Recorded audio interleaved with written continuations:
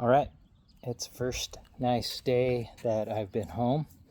I'm going to take my special car out that has been garaged up for quite a while, since last year. And do you think you can guess what it is? Huh? What could it be?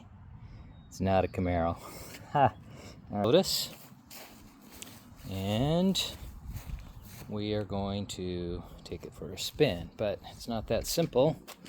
Assuming everything runs right, first thing I have to do is hook the battery up, because battery will go dead if I let it sit all winter.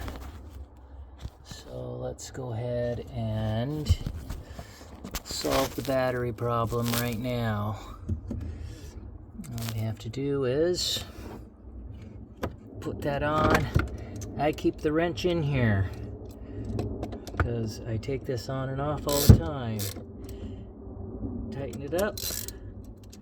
That didn't do it. Still loose.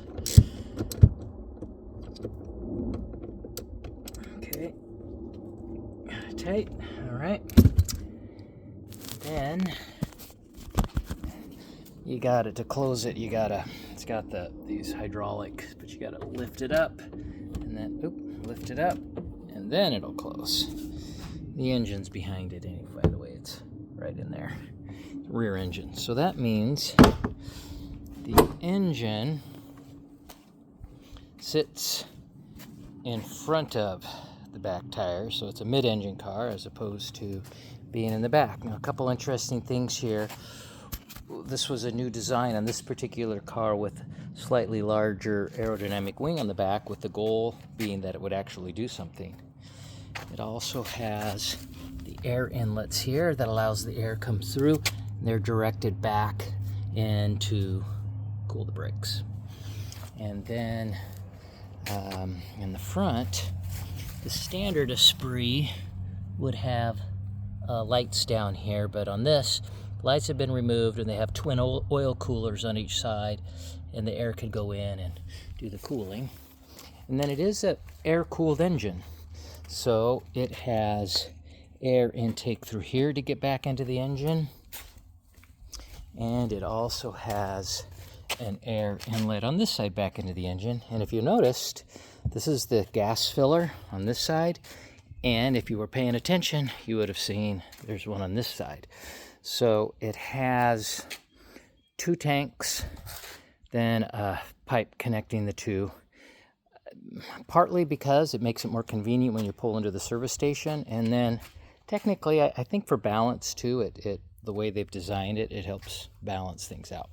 Okay, this particular Lotus has a built-in roll cage. Came from the factory that way, so it's not an extra install. And you can see crosses across the back, and if you look down on the floor, and then inside too, you'll see it's got a dead pedal to rest your foot on, then the little tiny clutch, brake, and gas. This particular car was designed by Lotus for racing, so that's why the layout's like that. A lot of dirt on the carpet for me, but it's apart from the fact that I really need to vacuum it, it's pretty clean. The other interesting thing is, look at how from the factory they mounted the tachometer. It is at an angle so that the red line is straight up and down, just to make it visually easier to see. Red line's at 7,200 RPMs, and it has a rev limiter, so it actually cuts the engine at that point.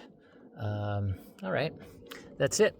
Let's go ahead and start this up and take it for a quick trip around the block. We got the battery plugged in, so it should start right up. Let me repark the camera here. Let me change to wide angle.